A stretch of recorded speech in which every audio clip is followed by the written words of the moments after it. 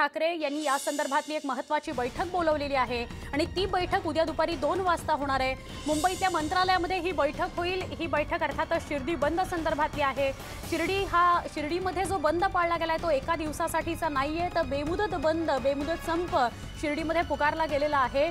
खासदार सदाशिव लोखंडे यांनी या बैठकी संदर्भातली माहिती दिली आहे। स्थानिक लोकप्रतिनिधी आणि ग्रामस्थ प्रतिनिधी या बैठकीला उपस्थित राहणार आहेत। म्हणजे ते सगळे शिर्डीमधून मुंबईमध्ये दाखल होतील आणि उद्या 2 वाजता मुख्यमंत्री उद्धव ठाकरे यांनी ही बैठक बोलावलेली आहे। राधाकृष्ण विखे पाटील यांना बैठकीची कोणतीही सूचना दिली गेलेली नाही। या बैठकीत जायचं की नाही हे ठरेल। त्यामुळे सर्वपक्षीय ग्रामसभेमध्ये द्वारकामाई स्थानावर आज संध्याकाळी ग्रामसभा मात्र होणार आहे। आपण अधिक माहिती घेऊया आमचे प्रतिनिधी प्रशांत बाग यांच्याकडून। प्रशांत, आत्ता आपण शिर्डीमध्ये आहात। सकाळपासून बेमुदत बंद या आंदोलकांनी पुकारलेला आहे।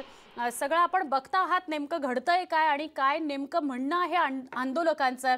पण आता कदाचित तोडगा निघेल। मुख्यमंत्र्यांनी बैठक बोलावलेली आहे उद्या 2 वाजता।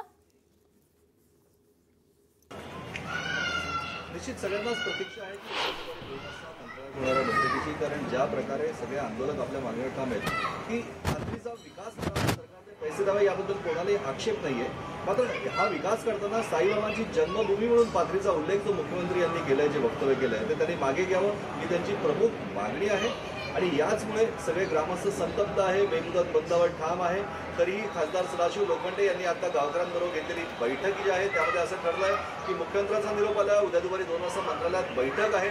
पण या बैठकीला जायचं की नाही किंवा मुख्यमंत्र्यांनी वक्तव्य मागे घेतल्यानंतरच बैठकीत जायचं की नाही याचा निर्णय मात्र आज संध्याकाळी होणाऱ्या ग्रामसभेत होणार आहे। आज सायंकाळी होणारी सभा सगळ्यात महत्त्वाची आहे। राधाकृष्ण विखे पाटील जे स्थानिक आमदार आहे त्यांना मात्र अद्यापपर्यंत या बैठकीची कोणतीही सूचना नाही आणि आपल्या मागणीवर राधाकृष्ण विखे पाटील असो, माजी आमदार स्नेहलता कोल्हे असो किंवा इथले माजी नगराध्यक्ष, विद्यमान नगराध्यक्ष, ते सगळेच ठाम आहे की जोपर्यंत हे वक्तव्य मागे घेतलं जात नाही तोपर्यंत हा बेमुदत बंद हा याच परिस्थितीत राहील।